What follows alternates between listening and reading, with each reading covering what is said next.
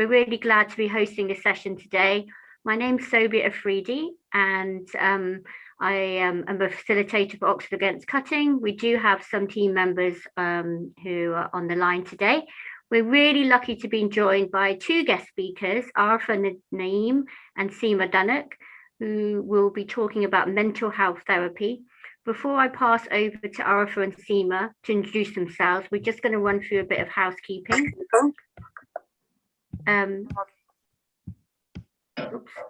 The sessions are really informal. It's just a chat. So I hope you feel safe in the conversations. As I just quickly mentioned, we will be recording the first part. And if you don't mind, I will refrain you from asking questions, but please do use the chat to ask questions, because we only want to record the first part where I'll be asking the guest speakers questions. And then after that, we'll stop recording and then we'll open up for conversations. That's really, really important so people feel comfortable and safe. You know, we hope you enjoy this conversation that we're going to have. And I'm just going to pass over to the moderator. Thanks, Sobia. So we ask that you please don't name anybody today if you choose to talk about a harmful practice that has affected or might affect somebody you know. We encourage you to get support for families affected by harmful practices, but please do tell us privately if you'd like to talk about a concern, and you can do this by emailing me. It's important that you know that if anybody told us anything today which made us concerned for a child or a vulnerable adult, then we would have to pass that information on. This has never happened before, but just to let you know that if anybody were to be disrespectful to anybody else in the group today, then I would remove them from the Zoom call. We have got somebody taking notes for us today, but only of the key themes that are raised during the session, and nobody will be named or identified in the notes. And as Sobia said, you can make comments in the chat box throughout the session. Thank you. Thank you. Yeah, and also you can leave the session at any time. You don't have to give a reason, and we will be conducting all the conversation in English, even though a lot of our OAC people can speak other languages. But first of all, if Arifa could introduce herself, please. Yes, my name is Arifa Naeem, and I work as a specialist worker in Royal Borough of Windsor and Maidenhead. My role is basically working with BME community. I run Muslim Fathers Group and a lot of DV groups for women and stress management courses. And I also work in the whole UK, developing the projects in the mosques around madrasa training and training imams about setting up the boundaries and talking about the difference between culture and religion. Thank you, Arifa. And Seema, would you like to introduce yourself, please? Thank you, Sobia. So my name is Seema Dhanak. By profession, I'm a homeless caseworker for a local authority. Outside of that, I run my own social media platform where I create awareness around domestic violence, domestic abuse, and I do more or less, although we're not gender specific, we do talk a lot about the challenges of domestic abuse and the challenges of accessing services for Asian communities, for BAME communities. In addition to that, I'm also training as a psychotherapist and hope to use therapeutic practices to empower victims of abuse to rehabilitate in future. Thank you so much, Seema. Really good to have you on board for the first time. So I've got some questions and we're just going to go through them. So the first one is, do people feel shame in talking about mental health, which is a very interesting topic that's been talked about recently a lot. So can I kick off with you, Seema, first? Yeah, absolutely. I think definitely shame is a real buzzword when it comes to the Asian community in particular, accessing anything that is a mental health service, even if it is just a wellbeing practitioner, even if it is going to your GP, but before that, it needs to actually be recognised as a mental health issue. And one of the things that I've noticed, I noticed this in a 74-year-old woman recently, where she was describing what she thought was body aches and pains and digestive issues, when actually on questioning her, it would appear that she was actually suffering with anxiety. She's a widow, lives on her own and has got various anxieties around different things. And when I sort of said to her that, do you think you could do with speaking to somebody about this, getting some help? She just didn't want, she just said no. She goes, I don't want people to think that I'm crazy. So, this is the type of thing that we're dealing with. This is the level of shame and embarrassment, that there is this automatic assumption that, if you are struggling with a level of emotional intelligence, and there are perhaps unhelpful behaviors or unhelpful emotions within you that are holding you back from leading a meaningful and purposeful life, then there must be something wrong with you psychologically, rather than accepting that poor mental health or lack of emotional intelligence can happen to anyone at any given time in any position. There are celebrities who have suffered with domestic with poor mental health, who have got seemingly everything, yet they still suffer with psychological issues, with anxiety, with depression. So we need to get this message out there that poor mental health is not something to be ashamed of, and that you should, rightly so, get the help for it. Arifa, would you like to add anything to that? No, I agree with Seema that, this is quite, I think it's a shameful subject for the community. And one of the reasons which I feel while working in the community is the stigma. And it's the people who come from Pakistan, India, Bangladesh. There is, in day-to-day life, they are using the word like, you are crazy. Or if somebody they see they have a slightly mental health issue, they will just completely say that, this person is crazy and we shouldn't be talking to them. So there is a kind of attached stigma and lack of awareness around, the mental health. What is mental health? And people normally take it, mental health, most of the time in a spiritual way, in another way. So that is also which come with it. Thank you. Yeah, that's really, really important points you've made there. And it's also interesting how recently with royals talking about mental health, mental health is being more talked about, which is really important, because we have to talk about this issue because it affects us all. So my other point was, do some South Asian communities relate to the term mental health, or is it well-being, or is well-being more helpful, or is there another term? Seema? I feel well-being is a softer vocabulary to use, because I think even if we were just to take out the word mental and just call it well-being, okay, then we need to sort of refer to it more as feelings as opposed to the word mental. And and I've seen it being used as terminology even within my own community, where the word mental itself is considered as, okay, so you must have some sort of psychotic issues. That's how it's interpreted. So if we are to change the terminology, then yes, I do believe that will be a helpful way forward in changing mindsets.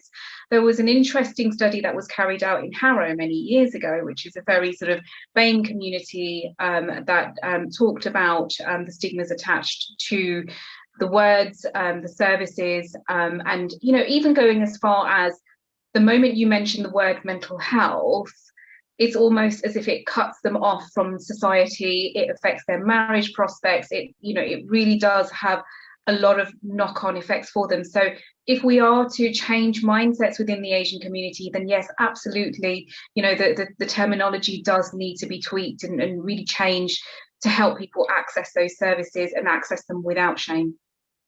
Do you think the terminology should generally be changed, not just for South Asian people, but actually for everybody? I agree. Yeah, definitely. I mean, I think, that poor mental health is a stigma across all communities, irrespective of whether you belong to a BAME community or not. But yes, it's a bigger problem within Asian communities. And yes, the terminology would definitely level out the playing field a little bit and help people access those services if they were to better understand that, accessing mental health services is so that you are accessing something that positively impacts your well-being and gives you a better quality of life. If you were to use that terminology and take out anything that would refer to mental or psychiatric or anything, it would definitely help people to understand what these services do. Yeah, thank you, Seema. Arifa, would you like to add anything to that? I would just say, like, you know, Seema have said, it's a stigma for all the community. And I think, although I believe that most of the time when I'm working with the women and developing the awareness around mental health, and I always say to them, it's part of our body. We shouldn't be ashamed of it. It's something wrong. It's just making them more at ease to understand that, you know, if we have a stomach pain, we go to the doctor. But if in the brain we are having, you know, we are going through a difficult time or stressful situation, why do we avoid it? So making it more at ease. But I personally think that it will take a long time to get there. So using well-being word is much more softer approach, and I think people will definitely like to talk about it more, like to attend more seminars, like to discuss things if it's more about emotional well-being. This is the new word I would say, you know, emotional. Even in our posters, for example, we never use mental health. We use emotional well-being, emotional intelligence. So that attract more people. Otherwise, the women are thinking, you know, so do you think we have a problem mentally? This is why we have to come here. So I think emotional well-being is something which is which I'm using it most of the time, and which is working really well in the community. And they are, you know, attending the seminars and information about the well-being. Yeah. And is the word mental health is so how would you translate it into an Urdu word out of interest, Arifa? And then how would you, so because to me, when I hear the word if I hear the word mental and I translate it to Urdu, it means it's the word pagal. No. It's not. How would you do? Yeah, I the way I translate is zihni sehat. Yeah. So that's looking at a healthy mind. Healthy mind. Is that right? It's just interesting how you see. And Seema, I know this isn't one of the questions, but how would you, if it was not in English, how would you translate it into? So in Hindi and Gujarati, we would say mansik swastha, which basically means mansik does mean your psychological. Yeah. And swastha does mean health. So, you know, and actually sometimes when I've been talking to people in my language, I have simply used the word mansik health. Yeah. So you've kind of got a bit of in English and you know, both languages there. But yes, you know, what you mentioned there when you say that when you think of the word mental in your mind, you think pagal. We use what comes into my head. Exactly. We use that terminology even in Gujarati and Hindi as well. And that is, you know, when you're referring, we have to be very, very specific here. When we're talking about the word pagal, to me, that translates as a professional, as somebody who has got psychotic disorders, because the word pagal to me interprets as somebody who lacks mental capacity. Yeah. Whereas mental health could just mean we're struggling with our emotional intelligence. We're just struggling with some internal battles. It doesn't mean that we lack mental capacity. It just means that there are certain things that are manifesting in our bodies physically in forms of aches and pains and low mood and headaches and the rest of it. But that doesn't make you psychotic. And so using the terminology like how Arifa translated beautifully in Urdu and how we use the word mansik as opposed to pagal, that terminology is really, really important, and it's key to how a person feel about accessing help. The reason why I asked that question is that when I sent the flyer around to some older generations, that's the first thing they said to me. So obviously I'm aware of that myself personally, but I wanted to see what your reaction to that was, because when I sent it to people who are a lot older than me, that's the first thing that came into their head. So it's a generational change as well, which I think is really important. I'm going to share an interesting little snippet with you. When I told my father I was training to be a psychotherapist, he basically, and those of you who speak Hindi and Urdu will understand this, said, "Oh, you're training to be pagalon ki doctor," which basically translates as you're going to be a doctor for the people who are crazy. Yeah. And I had to then explain, no, that's not what I'm training to be. So yes, that, you know, that there is a generational linguistic thing here as well, where people are not understanding what the purpose of mental health, what the services provide, and that in itself becomes a real sticking point. And I think that's where the stigma and the shame still lies, unfortunately. Absolutely. Thank you very much for those answers. What do you think are the barriers in South Asian communities to access statutory services? Because it is shown that they don't. Arifa? I think the first one, I would say languages, lack of understanding. I think they don't have a softer approach, I would say. So 5 years ago, I arranged a workshop for the South Asian community of awareness of the mental health. And I invited one of the charity who was actually working around mental health, and they came and they did the presentation. And since then, I never invited anybody, because I understand that they don't understand the community. So you are sitting with the women, English is not their first language, and you are doing a presentation in which you are using the most difficult words, which is for the professionals you are using it. The terminology is so difficult. They cannot get what we are discussing about. I think the softer approach. The other thing I would say is, for example, I work in Maidenhead, and in Maidenhead, the mental health services department is in the high street. So a lot of families, they get hesitated because they will say, oh, so-and-so, my auntie will see me going there, my uncle will see me going there. So there is a lot of hesitation. But the biggest barrier at the moment is, even though I think a lot of people have done a lot of work in developing the awareness around mental health in the whole UK, and people are developing that awareness. But now the waiting list is, in Maidenhead, we have an 18-month waiting list for people. So the services cannot cope with the pressure. We are developing awareness, especially this year. I mean, the last year, because of the lockdown, the depression rate, the anxiety rate has really gone high among all ages. And people are going to the doctor. People are would like to access therapists and talk to them and want to come out of the situation.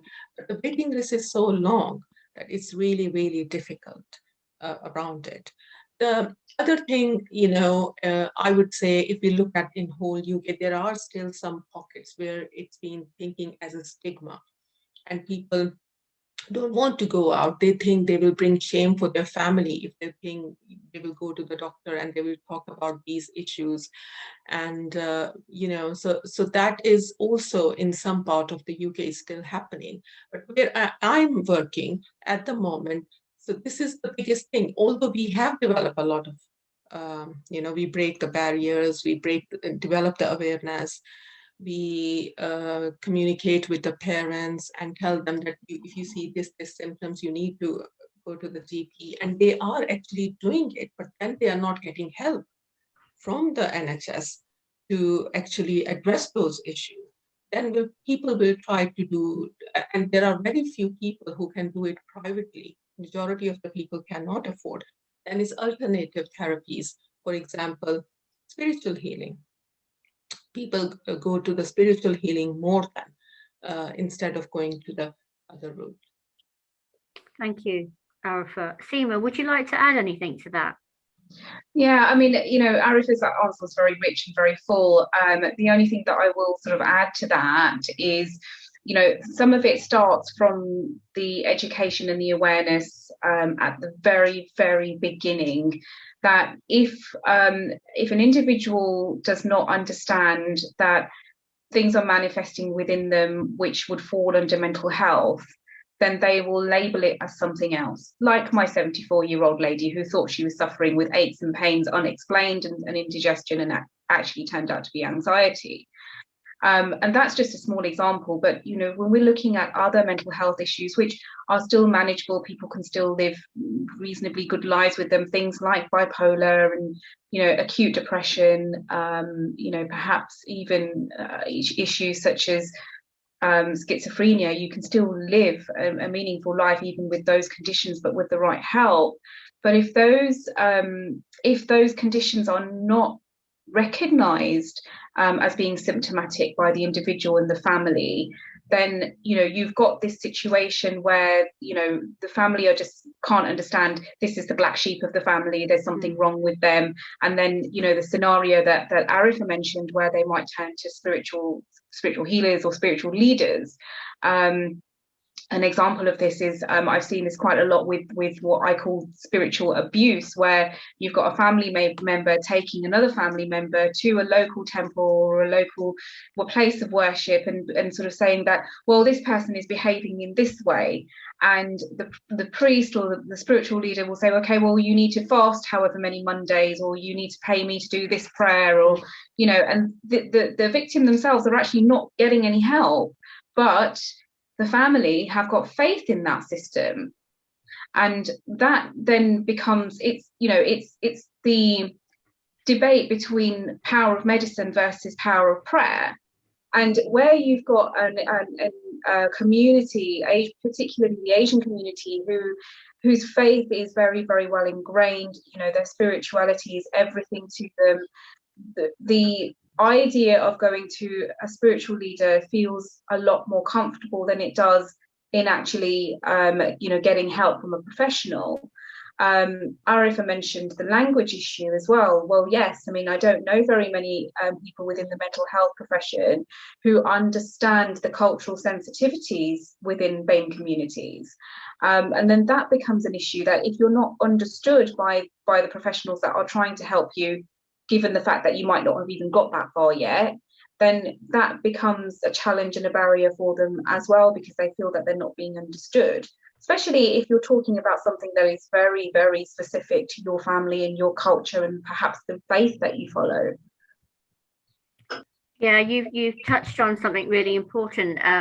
One of the points was the spiritual abuser, which I think is another webinar, to be honest, because that's a huge Pandora box that is really important to discuss, because I think in some communities, the awareness of that there is no awareness of that, and it's a dangerous road to go down to a spiritual abuser, not a spiritual leader that is a different way, but a spiritual abuser, and they do exist.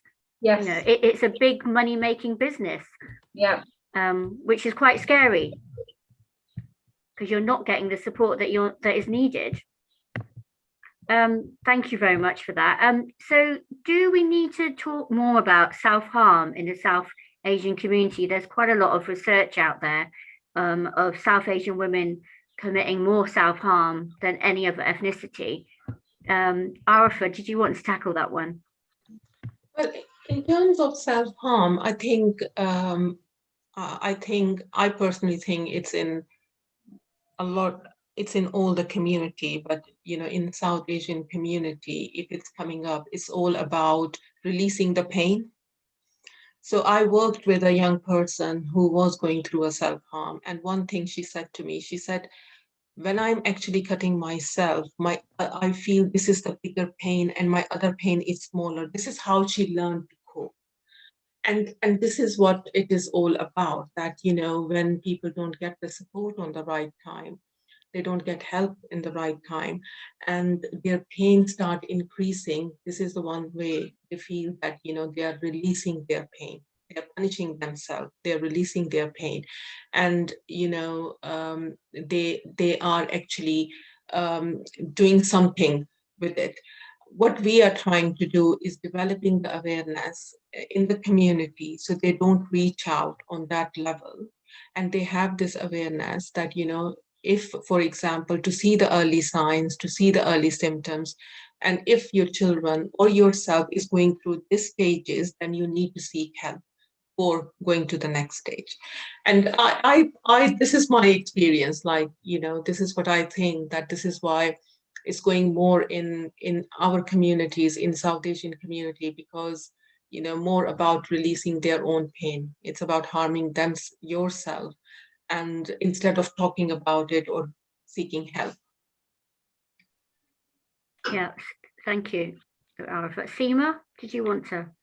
I will add the other side of that as well. That when we think of self-harming, we do think about things like cutting and physical sort of bruising and injuries.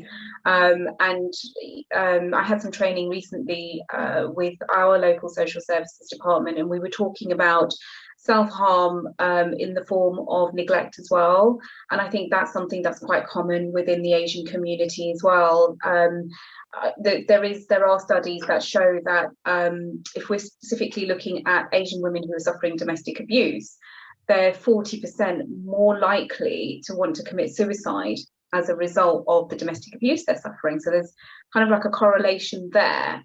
But other forms of self-harm could be alcohol abuse, could be drug abuse, could be starvation, and it could be other sort of, I've seen sort of, for example, hair picking and scratching themselves and whatever. So it's not always and this is why we have to kind of look out for the softer symptoms of self-harm as well.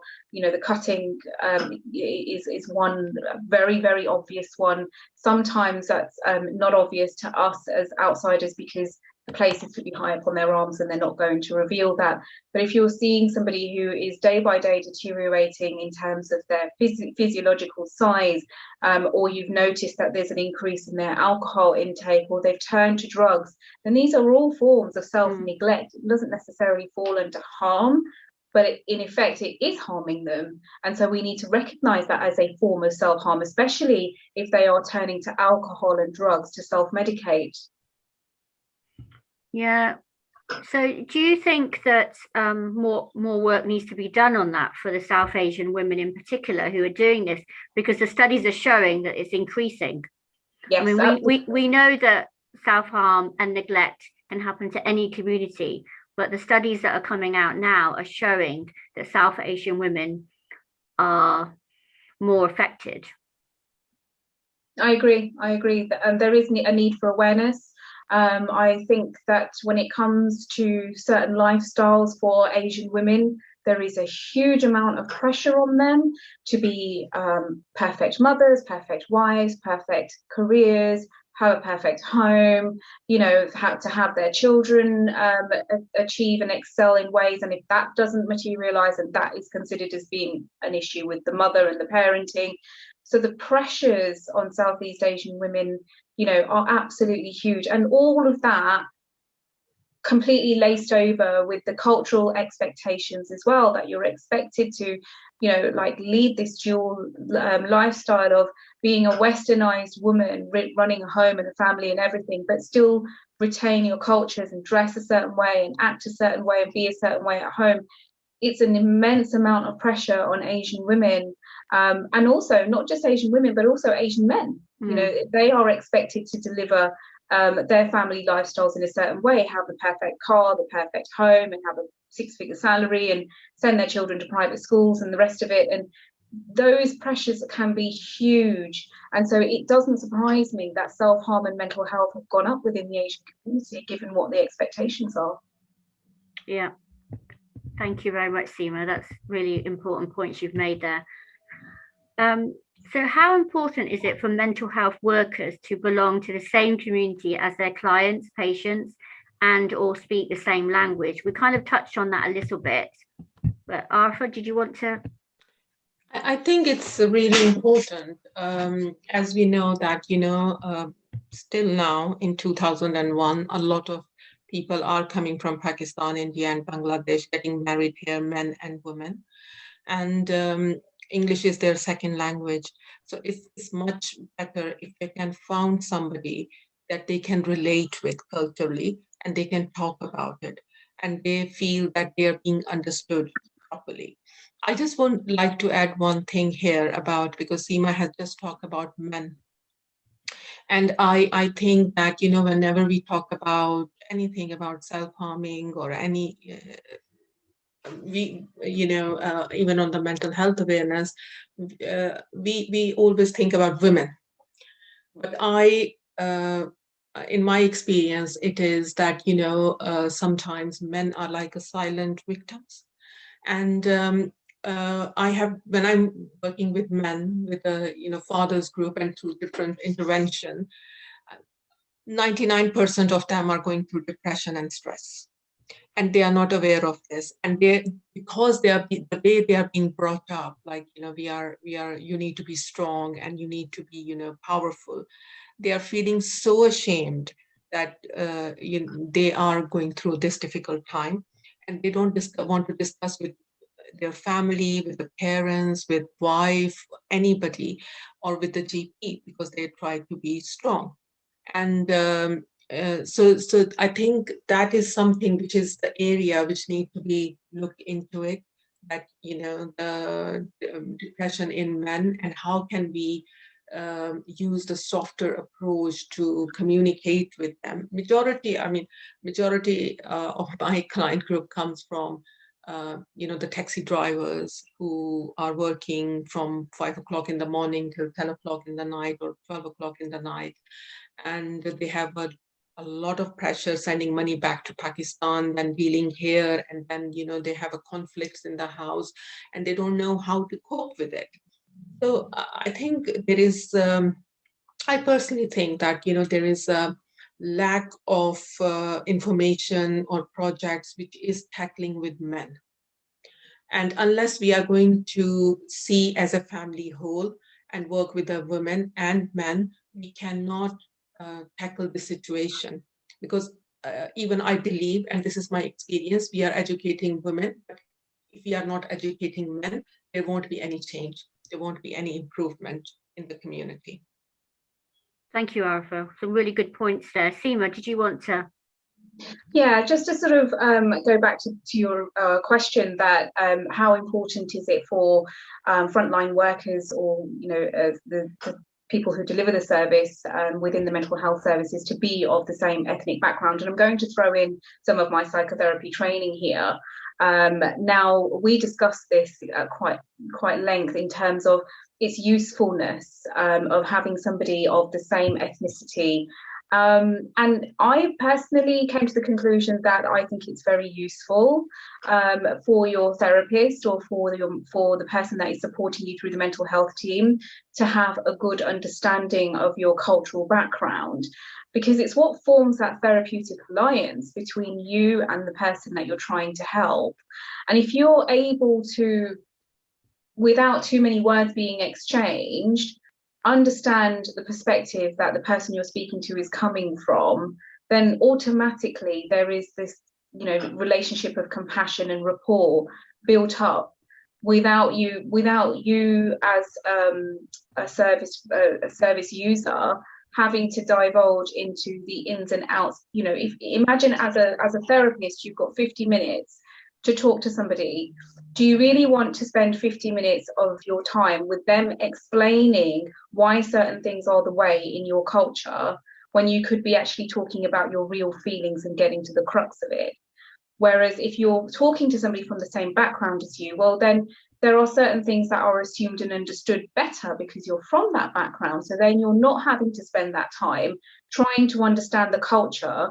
You're spending that time understanding your client. So yes, absolutely. How useful is it for someone to be of the same background? I would say very. And I do think that that's how referrals need to be paired up in terms of the match. I'm also conscious of the fact that some people from the Asian community will prefer not to speak to someone from their own community as well, which is the other side of the argument, because they actually don't want to feel judged by their therapist. So there is that side of it too. So there's two sides to that answer. But my feelings lean more towards the advantages than the disadvantages, if I have to be honest with you. I think that most people would appreciate someone who does genuinely understand their cultural background. Yeah, I just wanted to pick up on those points. So I would go back to Arifa's point about helping the whole family unit. I think that's really important when we're talking about women, obviously, but obviously men need support as well. And I also agree with the fact that from a woman that's, you know, whose parents are from Pakistan, men are supposed to act, you know, they're supposed to be in a particular box, and that's how you act, and you can't really act any other way. And same for women. So I do agree with the fact that it's a whole family approach that everybody needs to support. And I also agree with you, Seema, about the therapist point of view, that, you know, it's helpful. But I would say personally, it's about choice as well. So if a person wants to have someone from their community, they should be available. If they don't, then that's their choice as well. So I think once that person gets to that stage, it's a matter of choice, which I think is the key. Absolutely. Yeah. Thank you so much for that. I know we're pressing for time. I've got my last question. So what can we do to help support recovery for people suffering from mental health issues? Seema, would you like to? So I'm going to draw on the model that I use when it comes to creating awareness about domestic violence here. And I do feel that the same is perhaps applicable to creating awareness around mental health, especially when the two can actually be quite closely linked as well. You've got the person who is suffering the mental health and the professional services and the wider community in between. It's that wider community in between that causes the challenges and the barriers, all because of the things that we've just talked about: the stigma, the social anxiety, the fear of being seen going into a mental health service provider's office, and all of that. So if we can work with creating if we can work with the wider community in providing awareness on mental health to them, then we can take away some of that shame and embarrassment. And that is a very long-term work in progress. It's not going to happen overnight. It's going to take years and years and years of these sort of talks and awareness before we fully eradicate shame and embarrassment of accessing mental health services for the Asian community. And it still will be a problem going forward. But if we are to start working with wider communities, with faith leaders, with schools, with parents, with families, and this whole holistic approach that I mentioned as well. Sorry, have you got me there? I'm sorry, I might have a second. But yeah, if we can work, you know, sort of holistically with the whole wider community. Okay, go ahead. Unit by unit, then absolutely, yes, there is a possibility that we can work with them. Great, thank you, Seema. Arifa, have you got anything to add on that? I will just share the model which I use because one of my role is to develop the awareness around the mental health. I think what I use is a softer approach in the community, working with the women, running the women's group, and actually developing awareness, not saying it's a mental health, it's saying if you are feeling this, how it's going to affect you on the whole, your performance as a mother, as a wife, as a person, and how these stresses, and if it's not going to be addressed properly, how it's going to develop in further long-term diseases. And in terms of also children, because majority of the parents don't even know that children go through stressful time. They think, they have happy life and they are just enjoying. It's just developing that awareness and working with fathers also. I mean, so most of the fathers, and once they know that, it's something for the time being, if for the short term, if we get the support, we are going to be in a better situation. We can perform better. They definitely go for it. So this is the model I'm using at the moment, which is very successful. And I'm working there for 6 years, and I have seen a lot of positive change, the mindset in the community, that they are accepting that basically that there is mental health and emotional well-being, and if we are emotionally strong, we can do better. And if our children are emotionally strong, they are going to perform better in their life. That's Great. Thank you, Arifa. Thank you, Seema. Ba-da-bum-bum-bum. Ba-da-bum-bum. Ba-da-bum-bum-bum.